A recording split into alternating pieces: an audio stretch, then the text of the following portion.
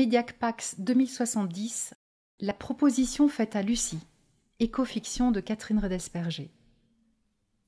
Lucie peste. Si seulement le 7e et dernier rapport du GIEC sorti en 2034 avait réussi à enfin déclencher une prise de conscience nette, radicale, de la situation presque irréversible. Le groupe de scientifiques avait été clair, ils n'en publieraient plus. Ils avaient jeté l'éponge. C'était le dernier avertissement, la dernière chance pour atténuer la montée des océans et leur désalinisation. L'ultime moment pour éviter la libération de virus inconnus du permafrost. La frontière limite pour espérer vivre moins de cataclysmes, de jours mortels à 50 degrés. Dominique, son arrière-grand-mère, avait créé une coopérative de médiateurs experts des effets du changement climatique. Lucie se souvenait de reportages sur une femme malicieuse, déterminée, astucieuse et quelque peu originale. Son arrière-grand-mère avait été suivie par quelques pionniers, regardés à l'époque avec un soupçon de mépris, sauf par quelques jeunes. Des étudiants revenus de l'idée que leur heure de gloire serait de mettre leur talent au service des mathématiques sophistiquées de la finance. La coopérative avait attiré l'attention des nouveaux convertis à l'écologie, convaincus que la manière d'habiter la Terre devait changer en suivant la pente d'une transition rapide. Il faut dire qu'en France, dans les années 20, tout allait relativement bien.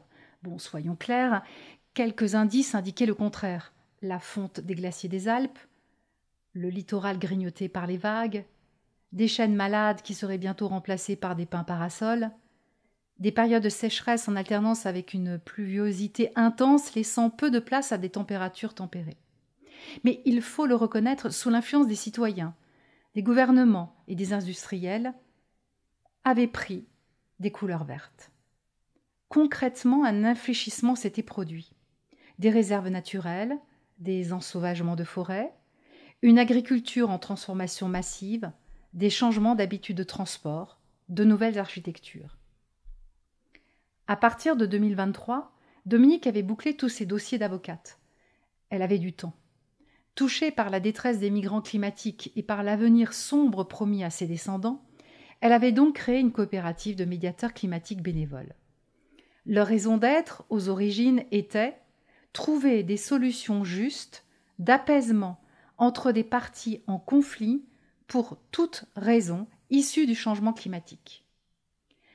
Leurs premières médiations concernèrent, en baie de Somme, des conflits immobiliers entre habitants et municipalités en raison de l'ensablement et l'érosion côtière, des conflits entre gouvernements et citoyens concernant les passeurs de migrants, des conflits entre les assurances et les citoyens suite à des cataclysmes imprévisibles. En 2068, Lucie vit dans la zone des Simples en périphérie de Paris. Plus précisément, elle a été élue facilitatrice de vie communautaire pour une période de 2 ans d'Orgeval, 250 personnes en autosuffisance. À la fin de son mandat, Lucie est contactée par la coopérative Mediapax. Elle avait été invitée à quelques événements en hommage de son arrière-grand-mère. Mediapax lui propose de prendre le leadership d'une affaire sensible. Avant de dire oui, elle rencontre les membres du Conseil des sages, des experts. Ils veillent en pluridisciplinarité. À 8, ils recouvrent une vingtaine de spécialités croisant l'énergie, l'agriculture, la géographie, la climatologie, l'intelligence artificielle, la génétique, la médecine, les médicaments, l'ethnologie et l'anthropologie, le biomimétisme, la technique mécanique, l'artisanat, l'art et bien entendu la géopolitique, la gouvernance et le droit. La première rencontre avec le Conseil des sages lui donne le vertige. Happée par la facilitation de la communauté d'Orgeval, elle n'a pas mesuré la dégradation de la situation. Sur certains sujets, elle est simplement dans l'ignorance. Elle suit les informations de loin en loin, les prenant avec des pincettes, car elle est dans l'incapacité de vérifier les sources.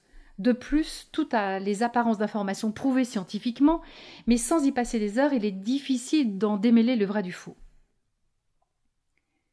Les 2 années de son mandat ont été parsemées de crises autour des communs. La propriété privée n'existe plus dans la pratique dans la communauté des simples. mais elle est vivement présente dans les mémoires et les représentations mentales. La crise la plus dure pour elle a été de voir les cercles de dialogue aboutir à la décision de la construction d'une forteresse autour de la communauté qui ne pouvait accueillir plus de migrants sous peine d'une explosion-implosion dans la communauté. L'effet du blast. Le dépassement de 10% de migrants est largement étudié, renseigné pour en tenir compte. Orgeval a été la dernière communauté à s'y résoudre. La rencontre avec les sages de Mediac-Pax se déroule à distance, car une nouvelle vague de confinement interzone a été décrétée en raison d'un variant du virus Frost 44.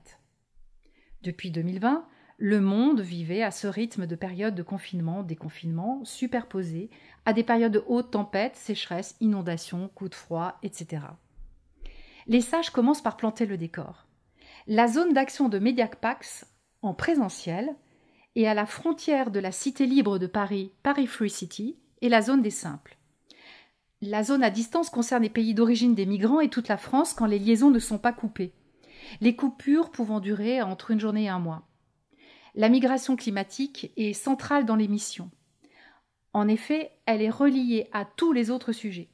Et l'affaire pour laquelle ils souhaitent l'engager concerne un trafic EMC, enfants contre médicaments. Pour lui en expliquer les tenants et les aboutissants, 3 des sages se relayent.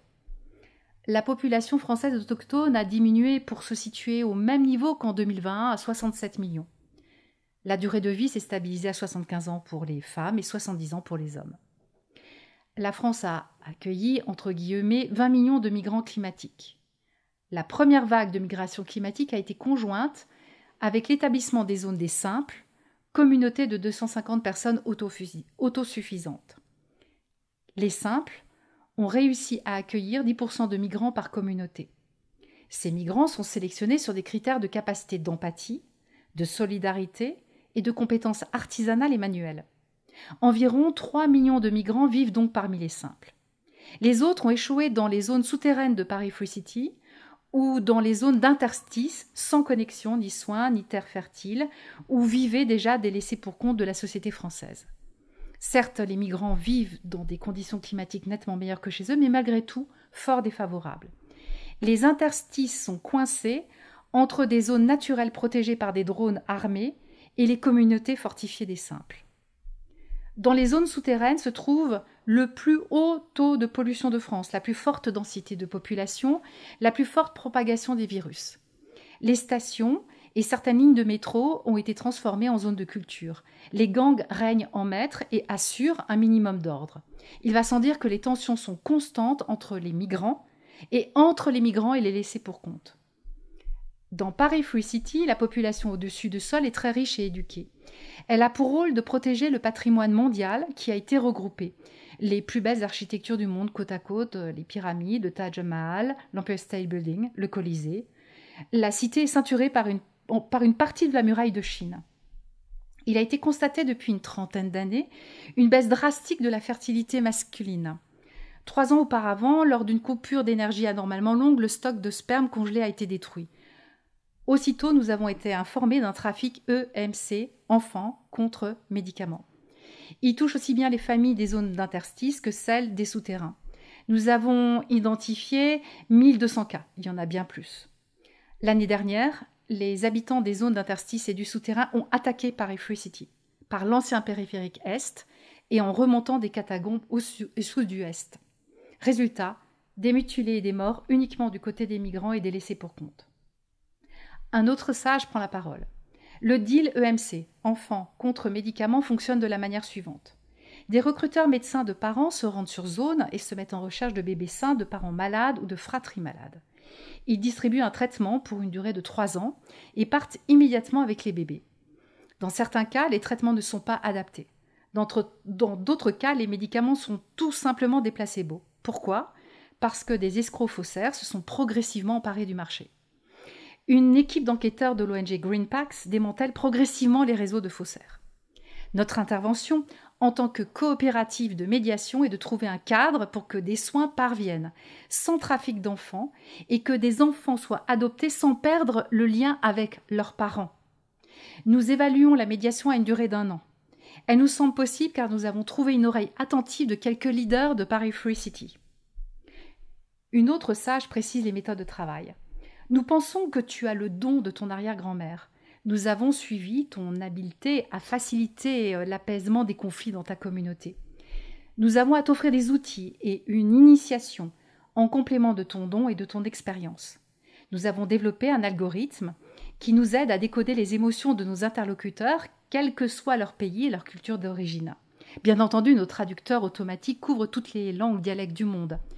Mais rassure-toi, dit-elle en souriant, nous ne sommes pas que des geeks. Nous avons suivi aussi une voie chamanique.